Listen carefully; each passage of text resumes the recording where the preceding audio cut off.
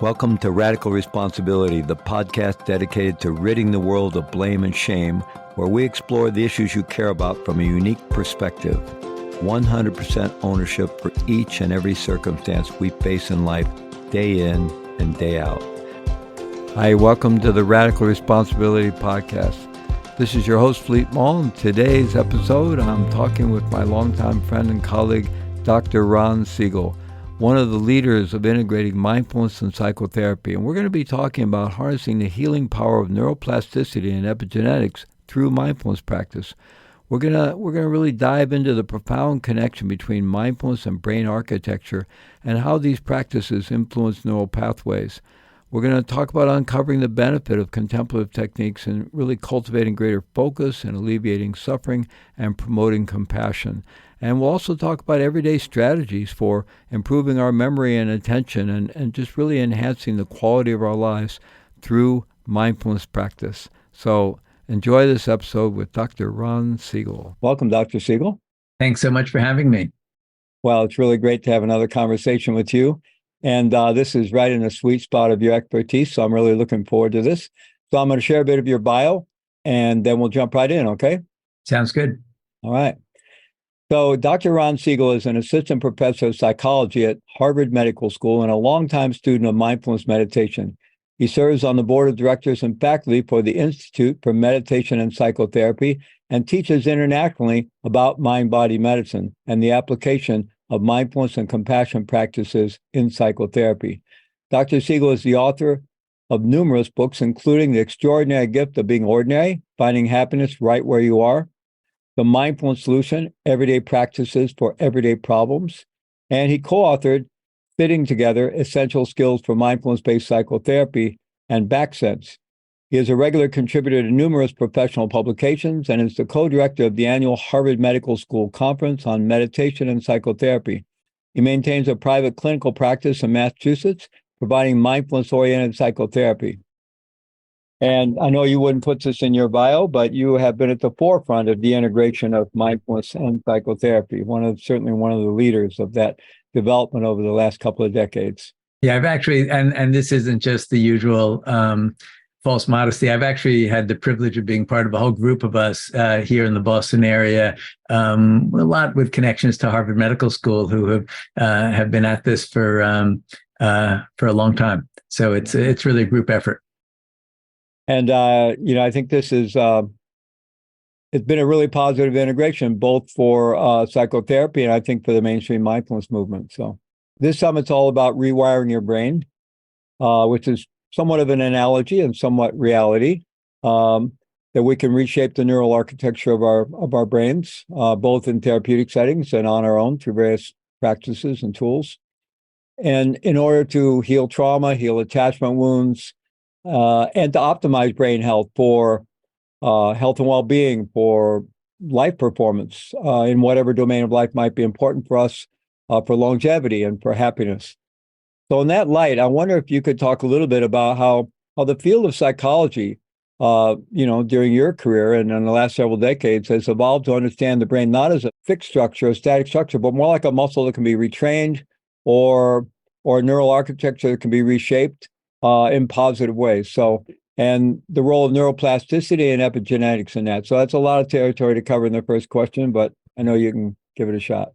Yeah, no, it's really been quite remarkable over the course of my career. When I was in graduate school, they pretty much taught us that the brain, matures, develops in different ways, reaches a kind of peak maturity around age 25, and then starts to deteriorate after that.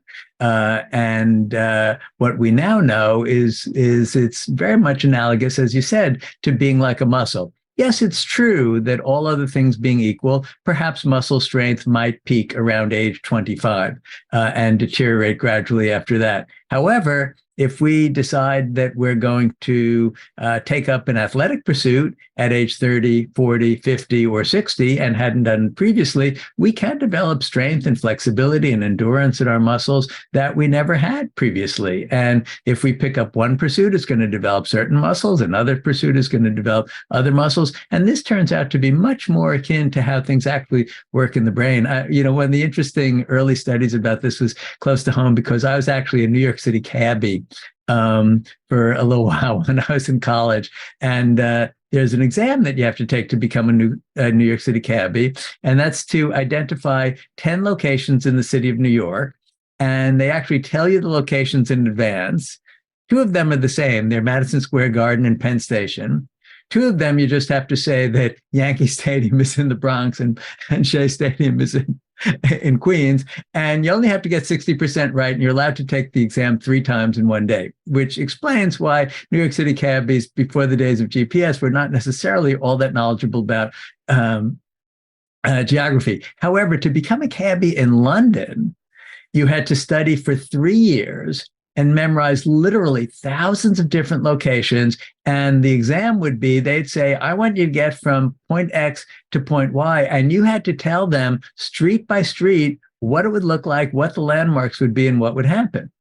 So some enterprising neurobiologists in the very early days of this decided to take a look at what the brains of London cabbies look like compared to, they didn't compare them to New York cabbies, they could have, but just to people generally.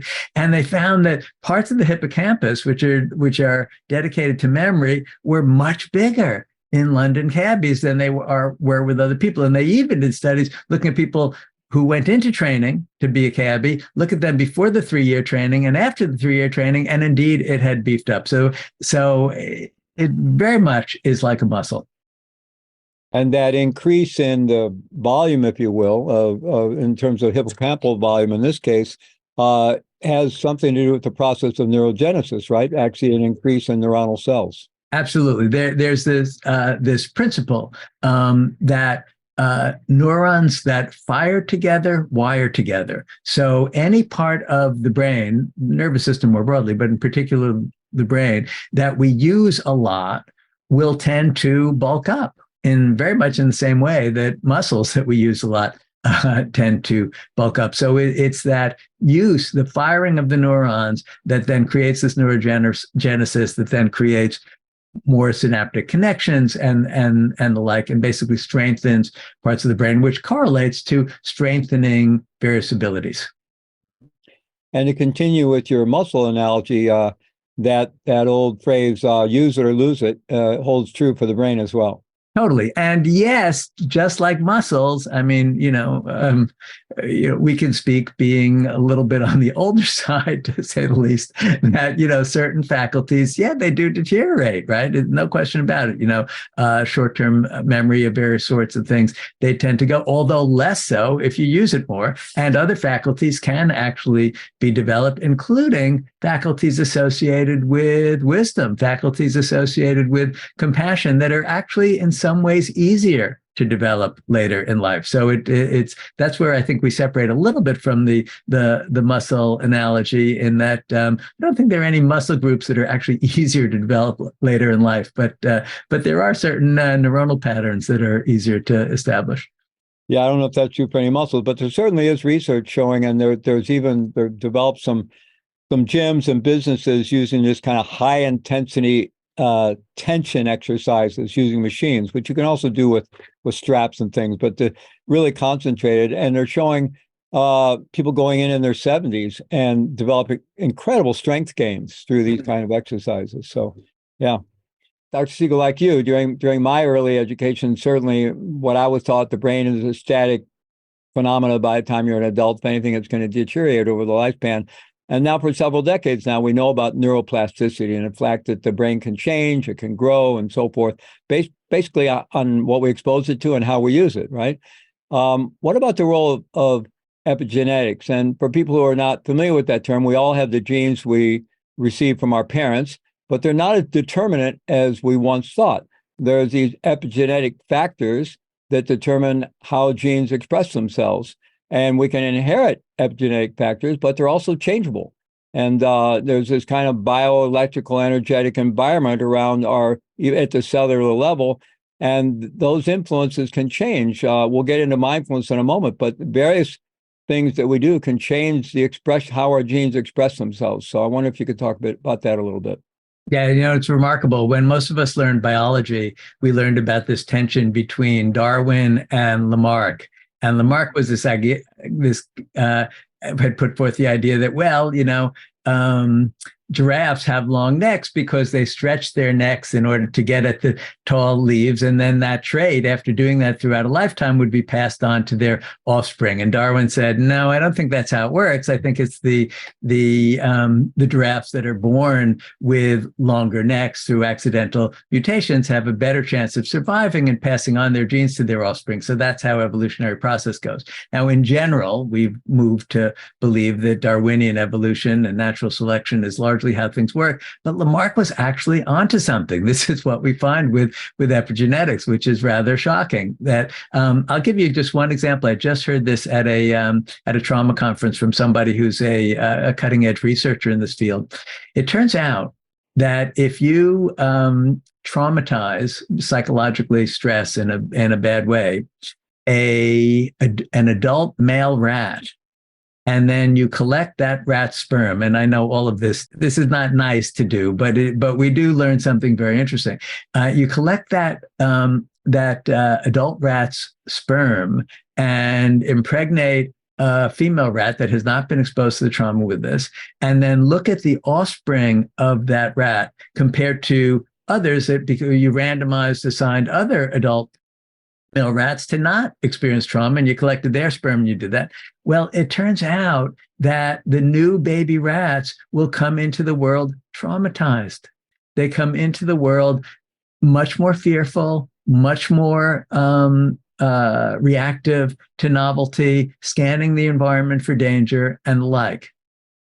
It's pretty amazing. I mean, of course, this has, tremendous implications for societies and how we live lives, because it turns out that when parents are psychologically distressed, yes, we know that can result in kids being psychologically distressed because they're growing up in an environment which is more difficult and doesn't tend to meet their needs so well. But on top of this, what we're realizing is the parental genes are changed from their distress. And this is being passed on to kids. Now, by the same token, of course, and we have less research in this area, but there is some research about rats who themselves are taken care of well, and then are nurturing they both nurture their own kids, but if their kids are separated from them, and and those kids that are the offspring of the rats that were cared for well are growing up, they will act like well cared for rats. So it goes both ways, right? That genes are changed by negative and difficult experiences, and genes are changed by positive experiences, which means that if we can construct a life, including start to take up practices that are more wholesome, that are better for self-care, that are better for our mental and physical health, we may actually change the expression of the genes that we've inherited. Things are on the one hand, a lot comes from what we get genetically from our parents, including the epigenetics. But on the other hand, we're rather malleable. Both are true. Yeah, and that's really fascinating thing about the research that's going on today, and really opens up tremendous possibility for a further sense of self-agency about our lives. And one of our presenters on the summit, Dr. Vu from LA, he talks about lifestyle as medicine. That just basic, really basic, not even the high-tech stuff, but just basic lifestyle, how we take care of ourselves, the exercise, the food we eat, and, our basic self-care can really impact our health in very profound ways, for better or worse, obviously.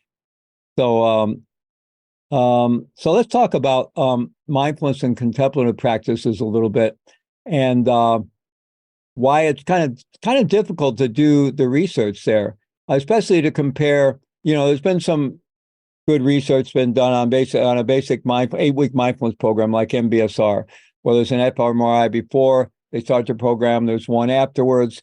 And these are new meditators, and they show measurable differences in neuronal thickness and neural pathways associated with emotional balance, cognitive control, and so forth. But then the really pronounced effects or benefits from long-term practice, deep practice, and studying, deep practitioners, advanced practitioners, people who've been really making this a big part of their life for a decade or decades, who've logged thousands of hours of practice.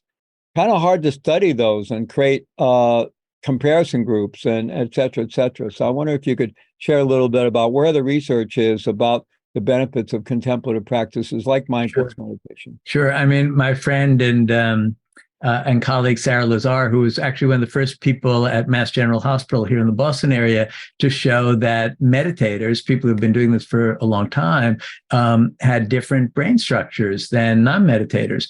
But as she points out as a good scientist, but were they also vegetarians? Were they all, who becomes a long-term meditator? Who becomes a Tibetan monk?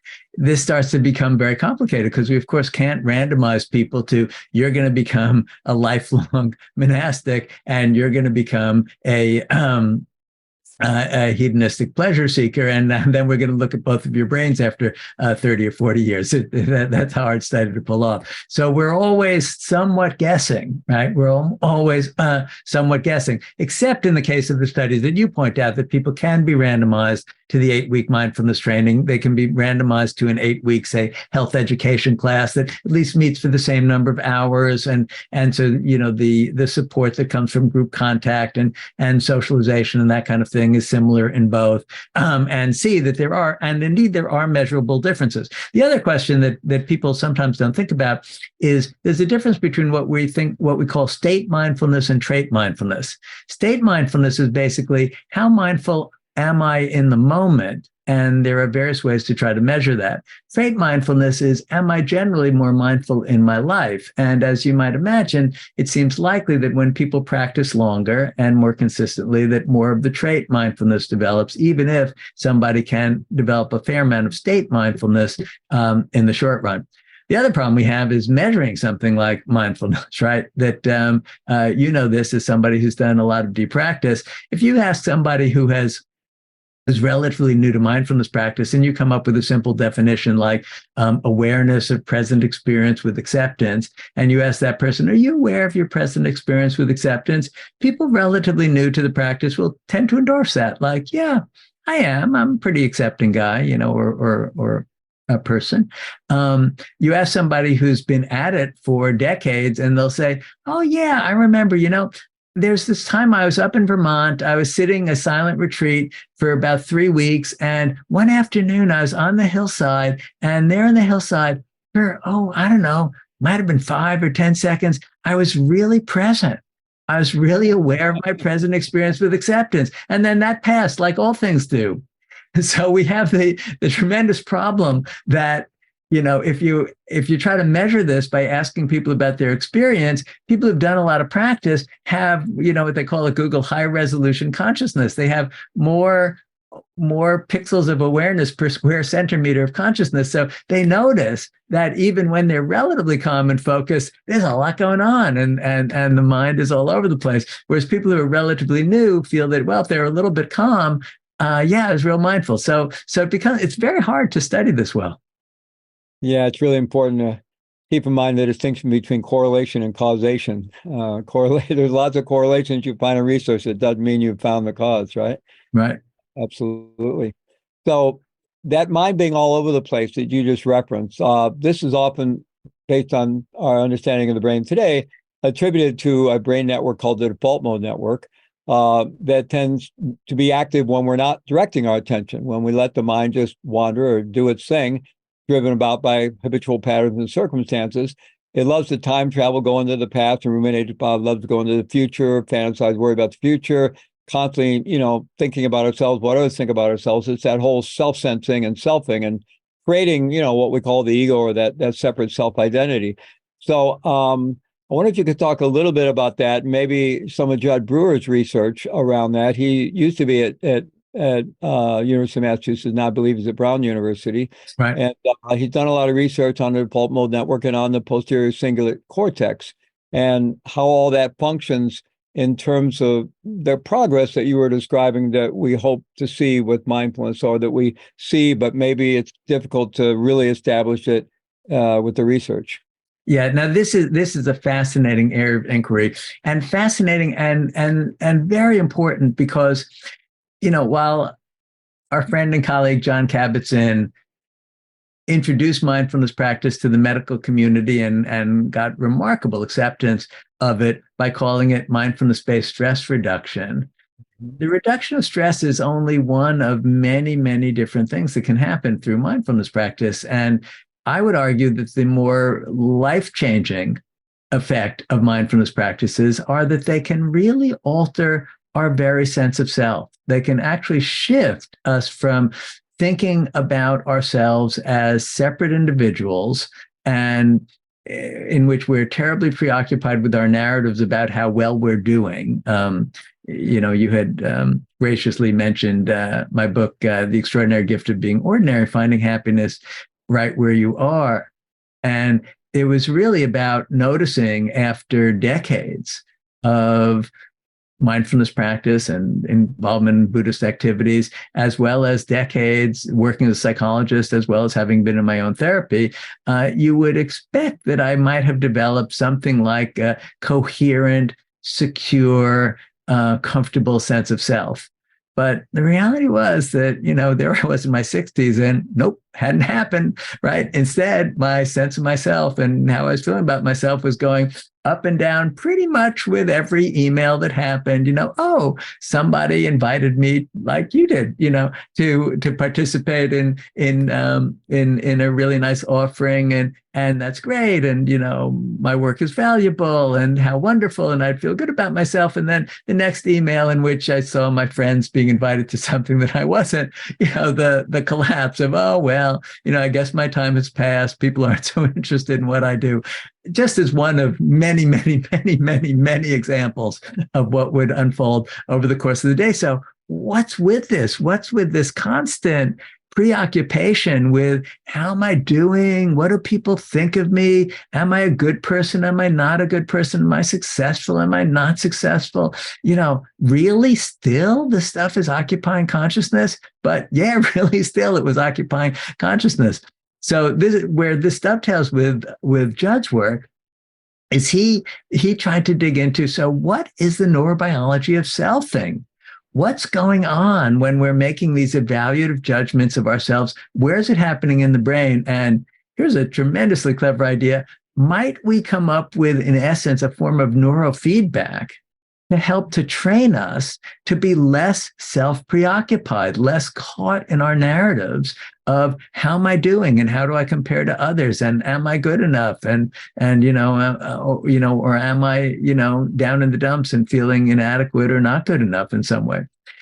So he identified, as others have, one particular area of the brain called the posterior cingulate cortex, fancy name. Well, it's abbreviated the PCC, right? And this was when he was still at Yale. Which was prior to UMass, in the biography that you outlined, where he teamed up with a computer scientist to get people into functional MRIs, which means basically a video of brain activity, and figure out a way to filter out all the different noise, because there's a whole lot of noise going on there, gazillions of neurons firing all the time, and identify when there's particular activity in this part of the brain, the PCC, and when there isn't. And then he trained people. Some were already meditators, and then he tried with novice people. But the idea was you would sit, have your brain being your brain activity being monitored by the functional MRI. And you would be able to look at a screen, and the way it worked was blue vertical lines on the screen would indicate that the PCC was relatively quiet, and red lines pointing downward would indicate that there was activity of the PCC. And he's teaching people, basically, they'd come in and they'd start fooling with this. And the meditators pretty early on would get the blue lines. How did they get the blue lines? Well, they got it by quieting the PCC, which, as you mentioned, is part of this default mode network, where we're thinking about ourselves and talking to ourselves about ourselves, and particularly where we're evaluating ourselves. But then you see the unfolding of the actual experiments, and it's like the person's there, and how are they doing this? They're dropping into their breath. They're dropping out of their thought stream. They're coming to their senses, if you will, to really attend to sensory reality. And they would do that, and the blue spike would show up, right? And they would go, oh yeah, it's working. I'm getting this. And the minute the thought, I'm getting this, would pop into consciousness, there it would go. You'd suddenly have the red spike going downward. And then oh, damn, I'm not getting this. And then more red, red. I'm really not getting, wait a minute. If it were me, it would be, wait a minute, Ron, just come back to your breath, let go of the self-evaluation. Then the blue spike comes again. Hey, I'm getting it. And you can see how this would unfold, right? Hilarious on the one hand, remarkable, right? That we can actually see selfing occurring in real time. And very interesting. I mean, Judd's a longtime Buddhist practitioner, and his thought was, can we train ourselves to be less self-preoccupied through neurofeedback? And he's still playing with that. They figured out a way to not quite as accurately, but more or less duplicate this with a high resolution EEG, which means a lot of electrodes on the head. And this is easier because I forget what it costs. It's like $1,000 an hour or something to run somebody through a functional MRI machine. So that's obviously not practical. As a way to change the consciousness of the planet, but maybe there's this other way to do it, and there are many other ways, of course, that we can work on letting go of this self-preoccupation, which is many of which was the kind of point of my book was trying to collect ways we can do this in our lives, including through mindfulness practice. So this summit's all about rewiring the brain, and so. Is there research demonstrating that, if we, through neurofeedback, through mindfulness practice, through various types of mind training, if we become a little less prone to getting pulled into that hyperactivity of the default mode network, a little less involved in continual self-sensing, right? So if we're reporting a significant difference, if the subject is reporting a significant difference in that, then does that show up in differences in the neural architecture of the brain, in particular the hippocampal complex? Yeah, well, the study that I'm most familiar with around this is a classical one that classical because it dates back to 2007, which in terms of neurobiology and mindfulness research, that's like the old stuff, right? In this study, what they did was they trained people in two different kinds of self-reference. And this is interesting. So cognitive scientists actually have said, well, there's at least two different ways that we can experience a sense of self. And one of them they call the narrative self. And that's where I'm talking to myself about myself. So if it were me, it would be, hi, I'm Ron. I'm a psychologist. I'm an old guy in my 60s now. I've been married for a long time. I have a nice relationship with my wife. I have two kids who are wonderful and I love very much. And I'm still pretty intact verbally and able to think clearly and explain things. My artistic abilities were frozen in the third grade. And if you saw one of my pictures, you'd say, hey, a third grader drew that. And it would be pretty close. And on. My strengths, my weaknesses, my identities, my positionality, all of the ways in which we talk to ourselves about ourselves that include, which wasn't emphasized here so much, but a little bit, all of the positive self-judgments and the negative self-judgments. I'm good in these ways, I'm inadequate in these ways, and all of the preoccupation about that. And so that's our narrative mode. Experiential mode, if I were to talk to you right now out of experiential mode, and I wouldn't be talking because experiential mode is largely nonverbal, but I'll try to put words to it. I'd say, mouth is a little bit dry, maybe because there's a little bit of anxiety, just being on a public stage, even though, you're very comfortable to be with Fleet. Tiny bit of hunger in the stomach. It's been a while, but basically feeling well, and temperature's okay. It would be just about, the mind body in action. And it turns out that cognitive scientists can train people by giving them lists of adjectives and different kinds of exercises, can train people to more or less hang out in narrative mode, talking to ourselves about ourselves in this evaluative way and identities way, or experiential mode, staying with the mind body. And it turns out also that another part of the default mode network called the medial prefrontal cortex, when we're involved in narrative mode, it's particularly active, and it's less active when we're in experiencing mode. So what they did was here you could randomize people. They randomized people to either an 8-week mindfulness-based stress reduction course, or I'm not sure what the control group did, whether it was a health education course or something, but they did something else.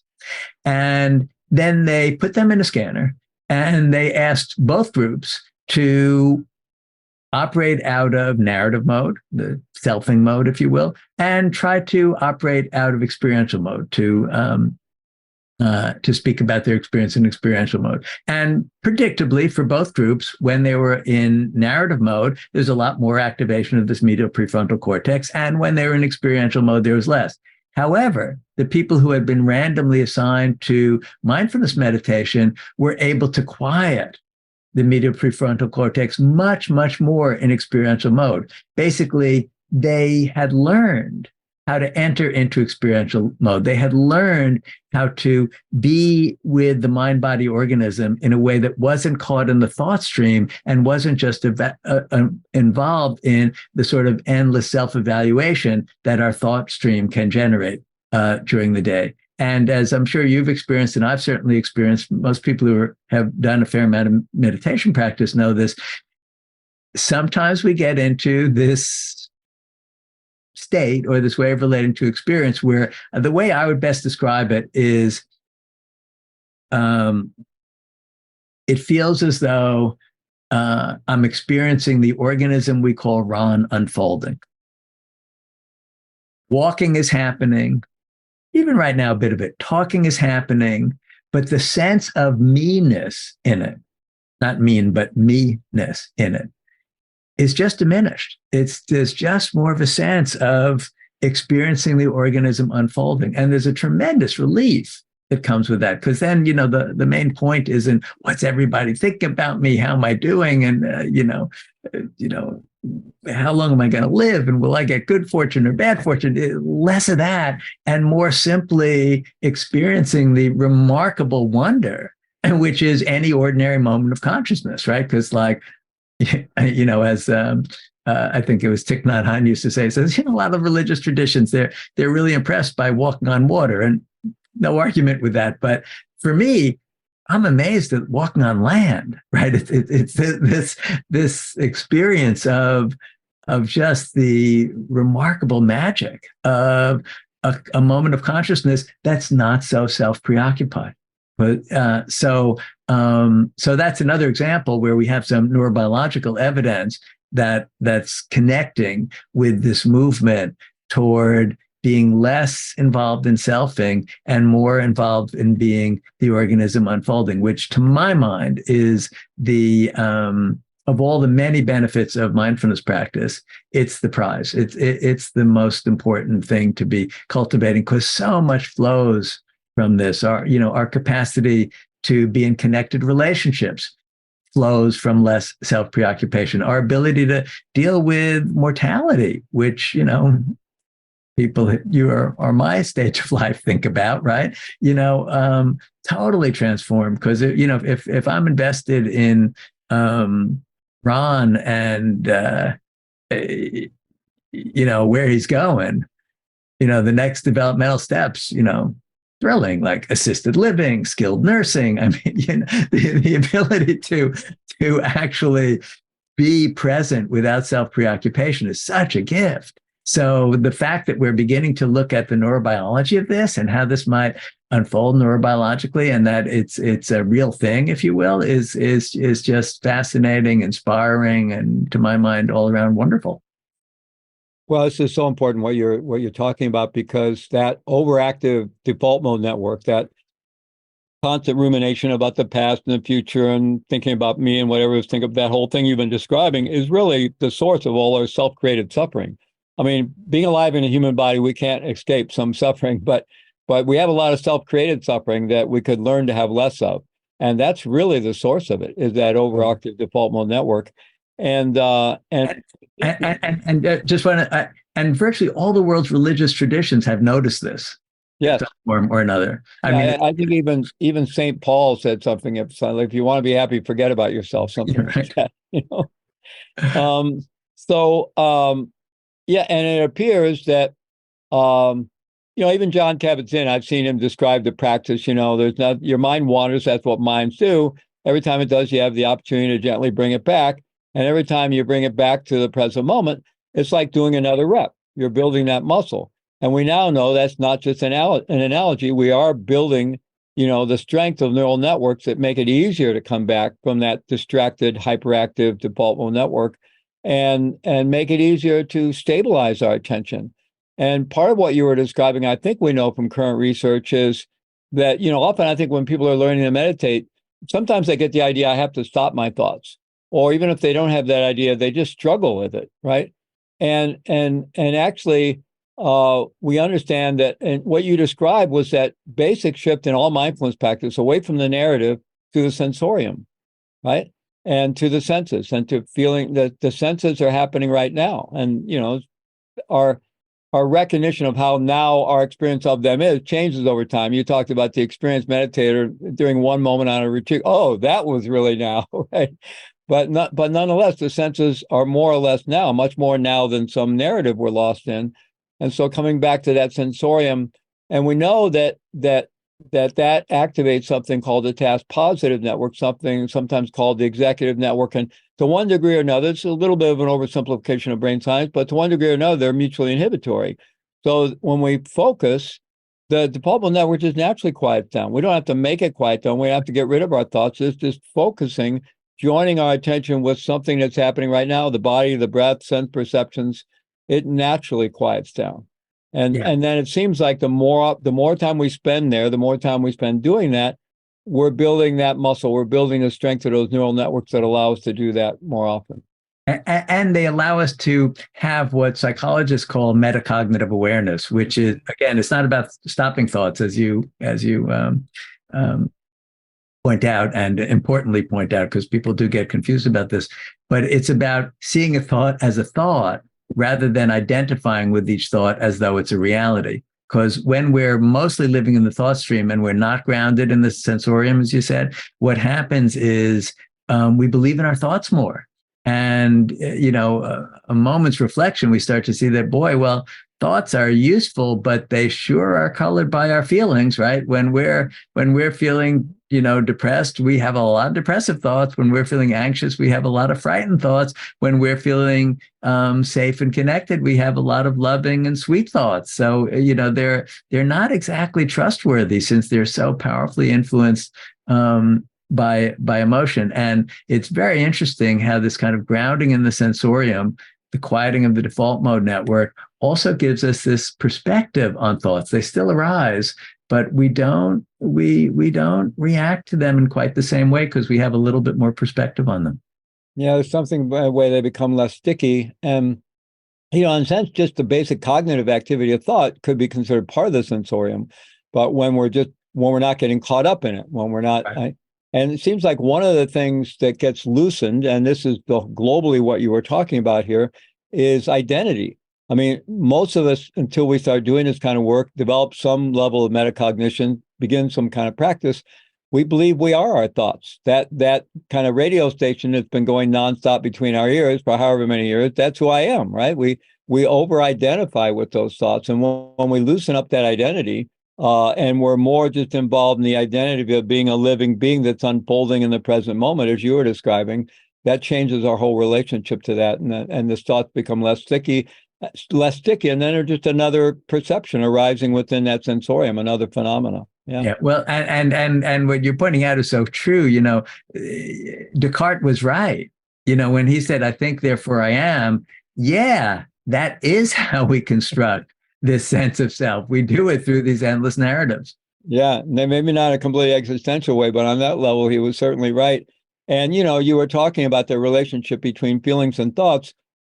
At a causative level, there's certainly a chicken or the egg thing there. We can think ourselves into feeling depressed, and if we are depressed, we're likely to have depressive thoughts. So definitely. So I want to talk a little bit about pain. And, as human beings, we're fairly hardwired to avoid discomfort and pain and chase comfort and pleasure. And that keeps us locked into a frame. And we may think, well, of course, that makes sense, that we would avoid discomfort and seek comfort and pleasure. But the problem is it keeps us locked into a fairly mechanical way of being, a fairly habitual way of being.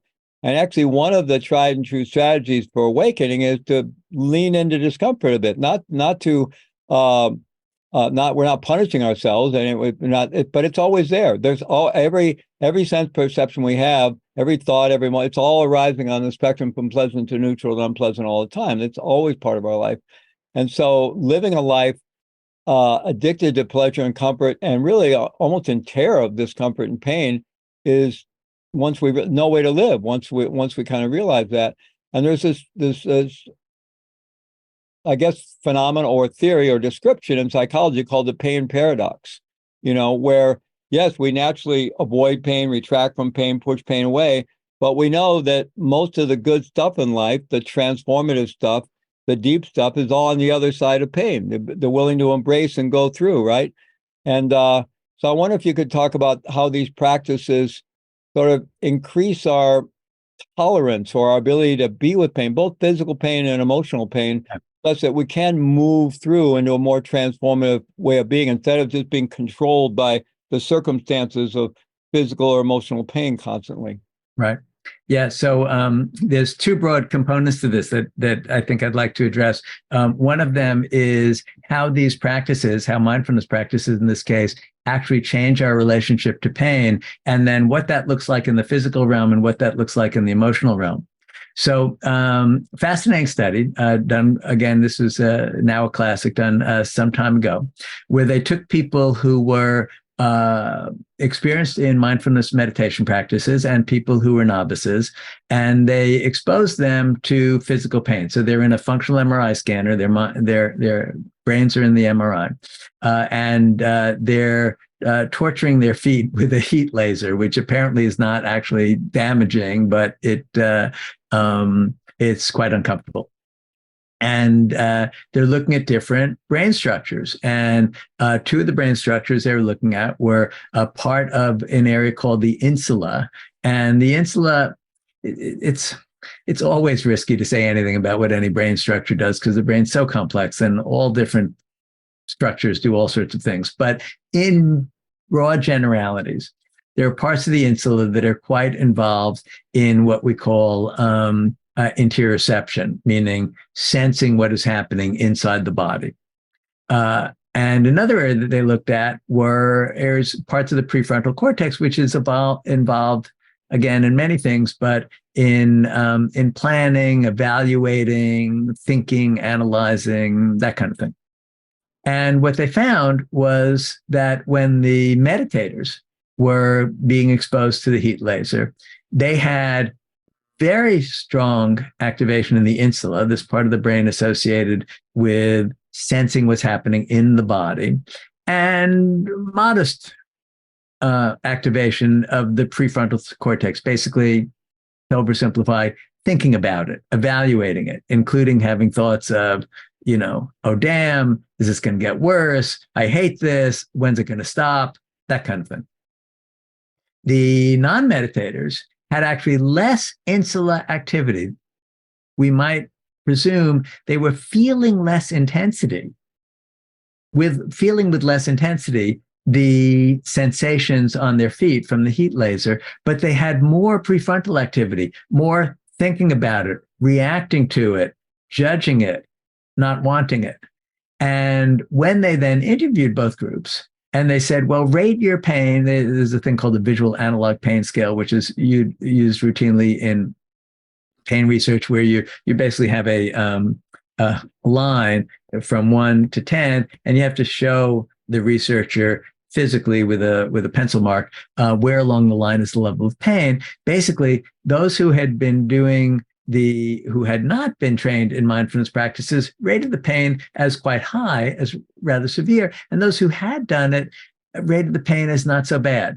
So here we're having a very interesting situation where the part of the brain that's involved in sensing the sensation of pain is actually more active in the meditators, but they're saying it's less bad than in the people than the non-meditators, where this insula is less active, but they're thinking about it as more active. So step back for a moment. And in mindfulness practice, what we learn how to do is, as you said, lean into discomfort. So that if we have an itch or an ache while we're involved in sitting practice, and those things happen, especially if you're sitting on a cushion and sitting for a long period of time, the idea is to try and experiment. Instead of just scratching the itch or changing the posture to get rid of the ache, try just being with the sensation and letting the sensation be the object of your awareness. And oftentimes what we find is it changes by itself. Not always, but often it does. So this attitude of being with rather than fighting against the pain seems to actually make us experience the pain as less intense, which is quite interesting. We're feeling it more vividly, but we're less distressed by it. And there's a classic differentiation made in mindfulness practice circles and in the traditions that teach it, differentiating between pain and suffering.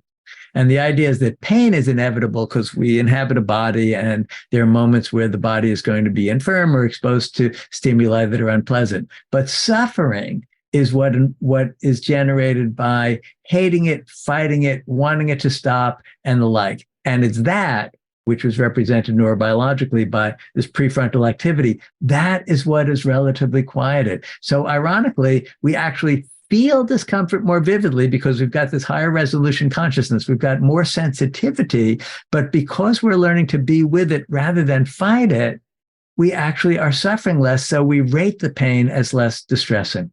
And this is very interesting in the physical realm. In the physical realm, reacting to pain sometimes is quite sensible. If I experience pain because I've just put my hand on a stove, which is still on, and I have a sudden impulse to withdraw it, well, that's going to be good for the survival of the organism and passing on my DNA to my offspring, right? Because, we don't want to fry our hands, right?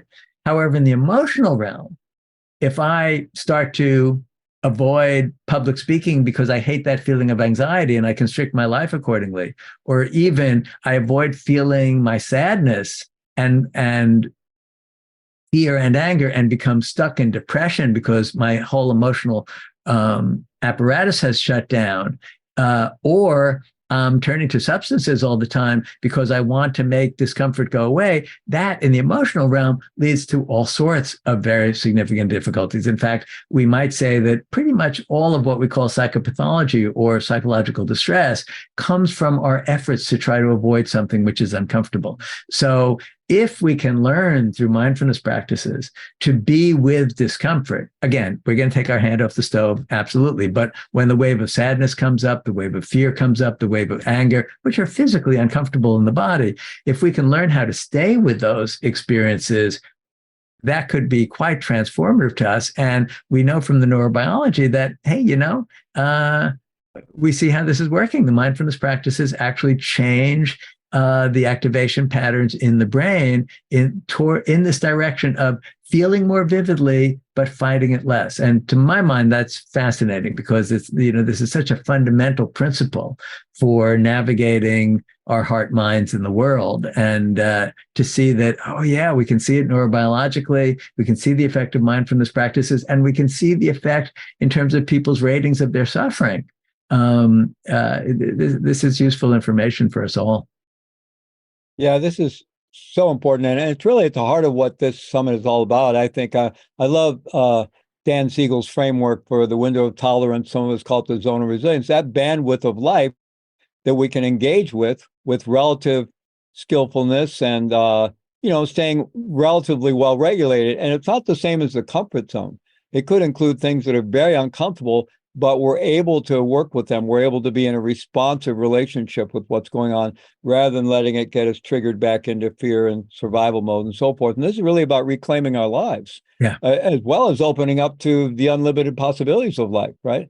So, it's so important. Mindfulness practices sort of do two things at the same time. They increase our sensitivity, which I've been mentioning, but they also increase our capacity to bear discomfort. Which is the point I think that you're making. And as our capacity to bear discomfort grows, well, we can be with greater and greater level of discomfort and still be within the zone of tolerance because we've learned to tolerate higher levels of discomfort. And this gives us so much freedom. I remember my first meditation retreat, and when it dawned on me, something which now seems extremely obvious, but oh my gosh, all of my fears, and I'm a fearful guy, all of my fears are that I will experience some kind of discomfort and that it won't go away. My gosh, I'm afraid of being rejected because I don't want the discomfort of that. I'm afraid of, academic failure because I don't want the discomfort of that. I'm afraid of physical pain because I don't want the discomfort of that. On and on and on. We could take up several hours if I were to go through a catalog of my fears. But the take home point is that, they're all about trying to avoid some kind of discomfort. And if instead I can develop this capacity to be with discomfort and trust that it will pass on its own, wow, I would be free in life. And that's exactly where this can lead. Absolutely. We did those things you described that we would usually think of in their big narrative term. Well, of course, but what we really are afraid of is the actual experience of discomfort we imagine that will bring, right? Yeah. Which I think in some yogic spiritual traditions, there's this thing called the old dog stage, which is where you would voluntarily just go out into the community and be a beggar on the street and let people throw rocks. So you become the fool, just become the object of derision to finally, just give it all up. You feel there's nothing you're holding on to anymore in terms of frameworks about what would make you feel good. But it's so helpful that it comes back to what we can work with in our practice, the actually felt experience of discomfort. Yeah. And I find in general, in terms of spiritual practice, that it's not necessary to lie on the bed of nails or probably to go out as a mendicant. Like regular old life, even privileged life, seems to produce quite a lot of pain to be able to work with. So there's a lot of opportunities right here and right now. There's plenty to work with. I mean, another description for that has been called the charnel grounds. And one teacher I remember said, you don't have to go looking for a charnel ground. We all have one right between our ears. Yeah, exactly. So I know in your work, you talk about these three basic motivational systems. You have the fight or flight system. You have drives such as hunger, thirst, and sex, and then you have caring and compassion. So I wonder if you could talk about the interrelation between these and what this has to do with the ways that we can reshape the neural architecture of our brain for thriving, for happiness and thriving.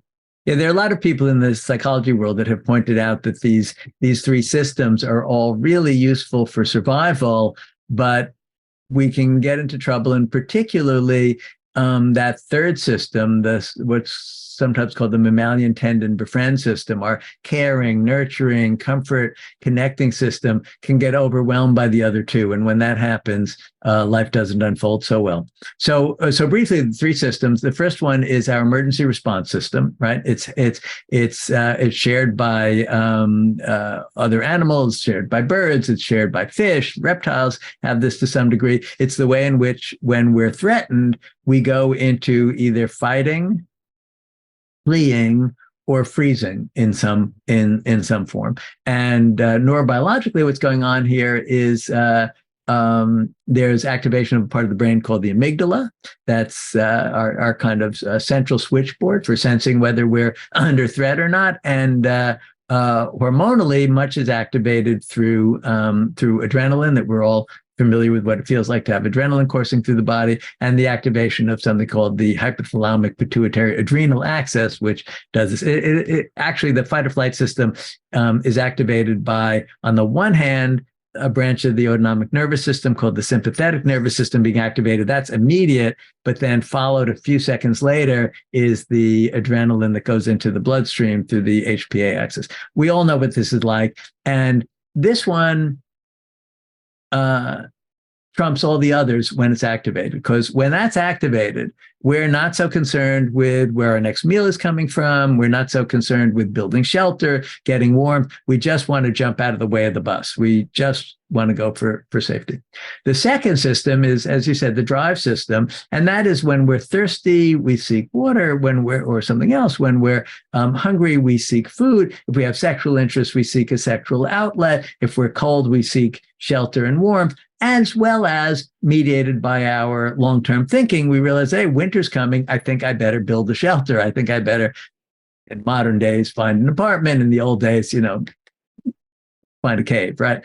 And then this third system, which is the one that is really quite developed in primates and particularly in humans, is this capacity to notice the suffering of others and to want to help. We feel this most automatically with our kids because we share their DNA. We have a very strong impulse to protect them. And, almost all of us will nurture our children. Almost all of us will feel warmly and protective toward a very cute puppy, right? We'll do it there. Indeed, we sometimes are caring and self-compassionate toward ourselves and sometimes toward others. Toward strangers, though, that usually only happens if the other systems aren't activated. So the one observation is that there's kind of a hierarchy of needs in terms of the way these systems are organized. As I said, the fight, flight, flee system, freeze system, if that's activated, that's going to take precedence over everything else. If we're not threatened, then we notice, hey, I'm hungry. The stress physiologists say there's no need to digest your own lunch when you're about to become somebody else's lunch. So, the drive system kind of shuts down when we're under threat. But if we're not under threat, then we notice we're hungry. We go out to seek lunch or whatever it is.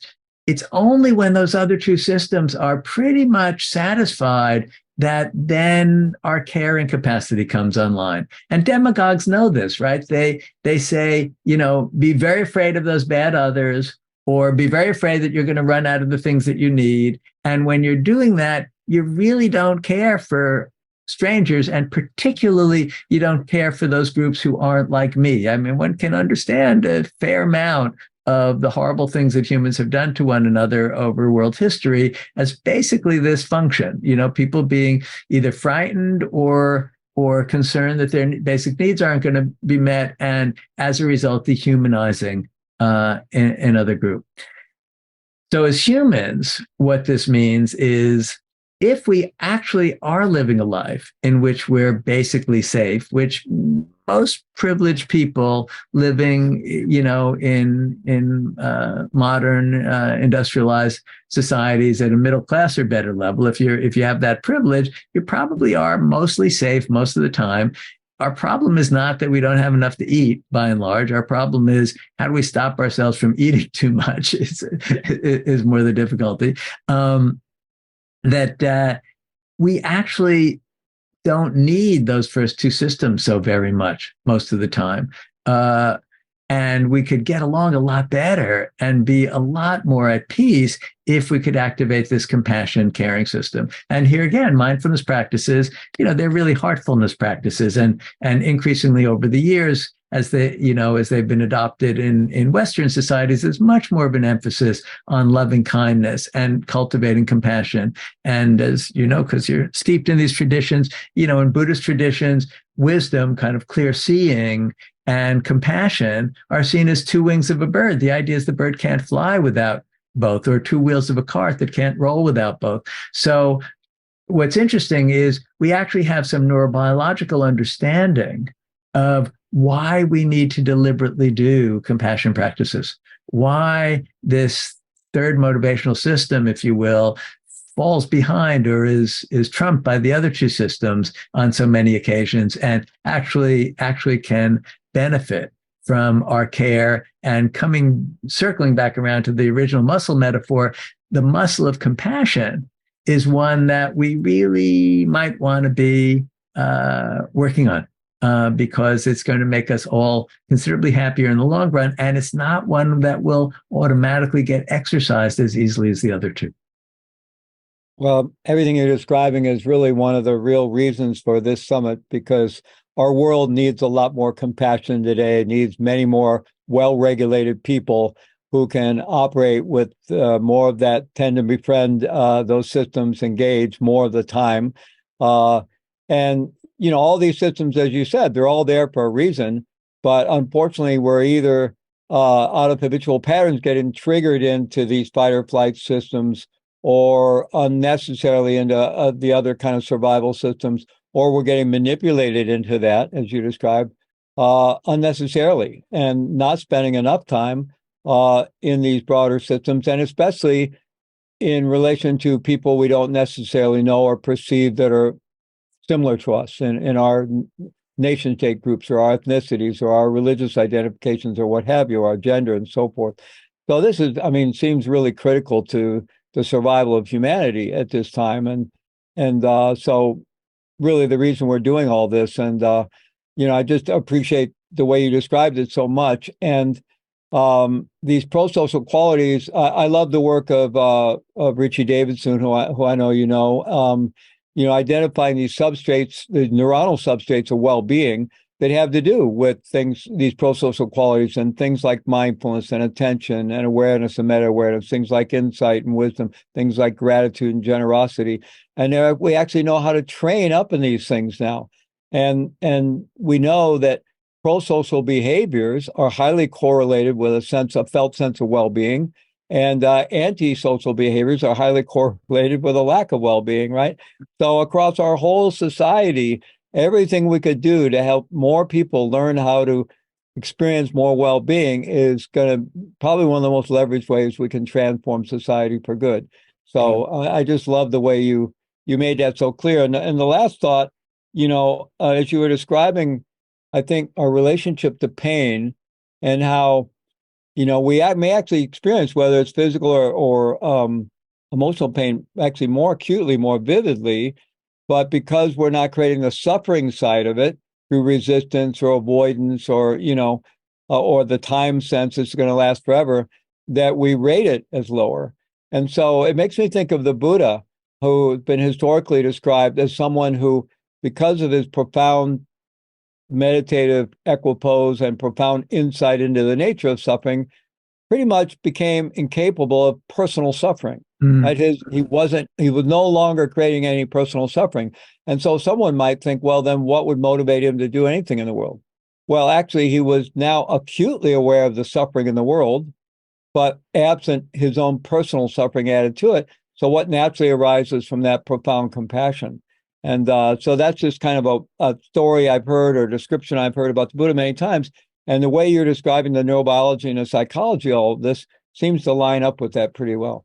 Yeah, no, it makes sense that what happens is, I mean, in Buddhist traditions, certainly Vajrayana, some of the traditions that evolved in Tibet and Nepal and also in China and Japan, there's this idea of Buddha nature that in essence, if we're not preoccupied with fight or flight, or we're not preoccupied with trying to get our drive needs met, that this naturally radiant and compassionate human being shows up.